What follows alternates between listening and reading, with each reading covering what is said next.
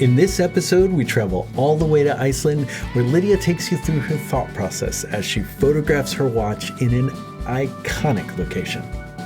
Hi, I'm Lydia Winters. And I'm Boo Booey. And we're Winters and Booey. Let's get to the wrist checks. I am wearing my Omega Railmaster 1957 edition on a brown Omega NATO. And I am wearing my IWC Chronograph 3706. I'm surprised you know the reference number. It's the only reference number I know because it's only 4 digits. But we're not talking about either of these lovely pieces today. We're actually talking about my Rolex Oyster Perpetual in turquoise blue, not to be confused with Tiffany's. It is definitely not Tiffany's. I could create a whole episode about that. After the histogram episode. No. I've had this watch for 3 months and it actually feels like a lot longer because I love it and think it is so perfect to wear everywhere. I've worn it on the beaches in Florida, in Stockholm, and now in Iceland. The thing that surprised me about it is I didn't really think of it as an adventure watch. I mean, it is an adventure watch. It has the same movement as the Rolex Explorer. 36 millimeter size is the same as the new 36 millimeter Explorer. It's got a brighter dial. It's really perfect.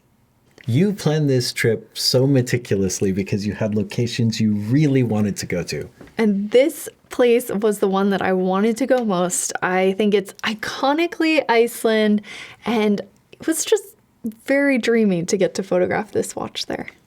Iceland has massive glaciers all around, and the area I wanted to go to, basically there's a huge glacier.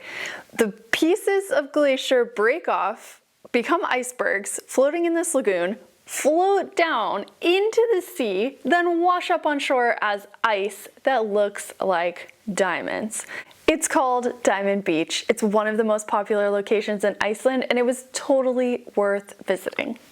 Even though the weather was supposed to be pretty much terrible the entire trip, the morning we got up to go to Diamond Beach, it was absolutely gorgeous. It's a mind-blowing place. So I'm walking around trying to find a piece of ice that's a diamond that's washed up on shore, but I didn't really think about in my mind and prepare myself that ice is really, really slippery. So basically I was walking around trying to carefully find a spot where my watch wouldn't just sort of like whoosh off into the sand, which is incredibly bad watch etiquette. If you follow me on Instagram, I'm all about the textures in my watch photography, and these chunks of ice, just the way they glisten, the different like cuts, they really do look like diamonds, and the way the sunlight was hitting them, they became really interesting, almost like little sculptures just sitting in the sand. So I find one that I think will work mainly because there's almost like a little safe spot that the watch can go in. A funny thing is every time I put the watch down, the reason it's crown down is actually because the watch would melt in just a tiny bit, and so the crown would secure it into the ice, and that felt a little more safe for me as I was taking the image. I found this spot, it looked epic. The sunrise is kind of coming up from behind, so you're getting a little bit of color in the background. I really like having the black sand behind this ice. It just has this very like interesting look that I've never seen before.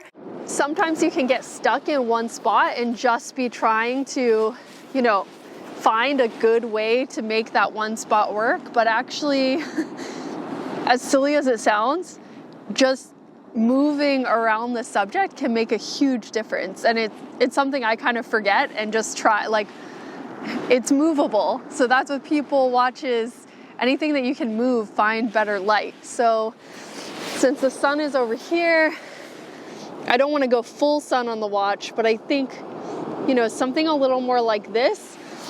What I'm looking for is I want the light reflecting into the ice and drawing you to the watch, versus before it kind of almost took away from the watch. So let's see here.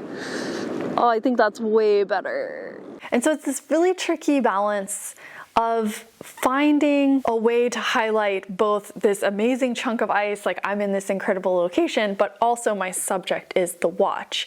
So I started moving it around to find a place where the light coming through the ice was actually leading your eye to the watch instead of away from it. Each time I turn, everything looks different. So right now the dial has more sun on it.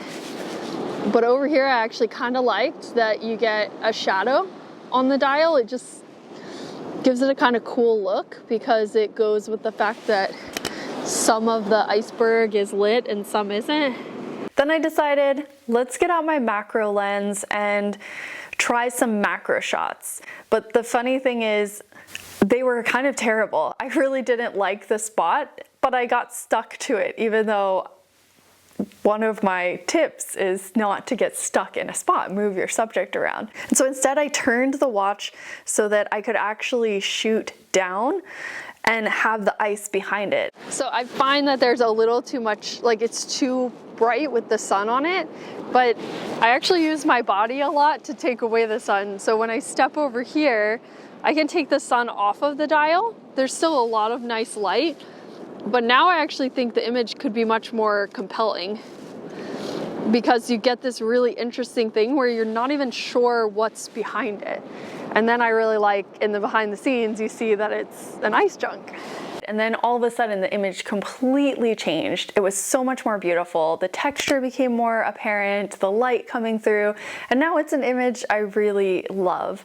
So it's such a simple thing, but I absolutely forget it in the moment. You're thinking about so many things with your photography. You put down your watch, you move the subject into one place, and then you typically, or I typically, start actually moving myself and not moving the subject again. And I think that's something that can really dramatically change your photography, is if you start thinking about finding the best placement for the subject, the best light, the coolest look, and moving the subject around. And then you're able to move around as the photographer, but first finding that perfect spot for your subject.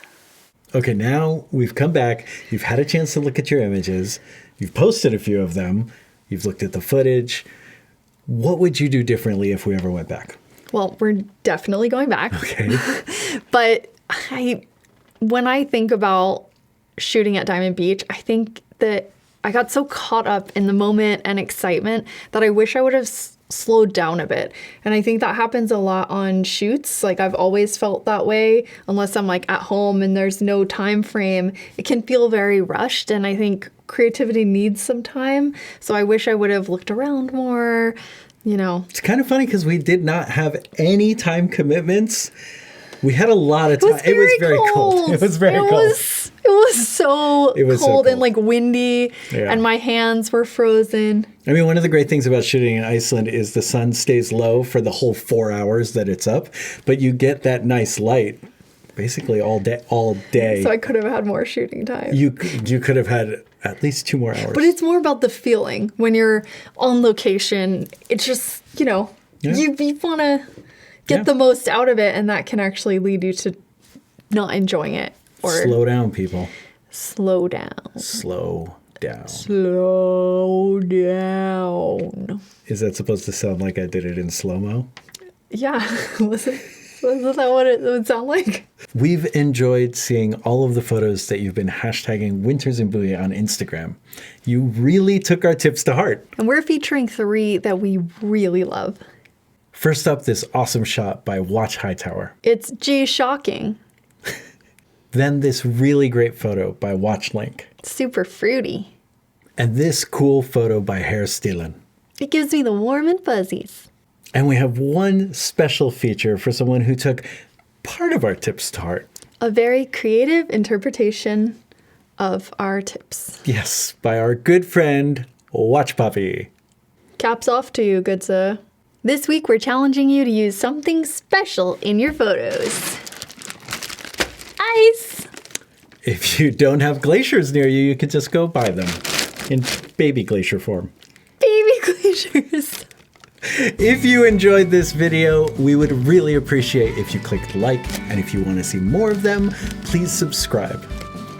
And we'll be back next Wednesday with more of this. Bye.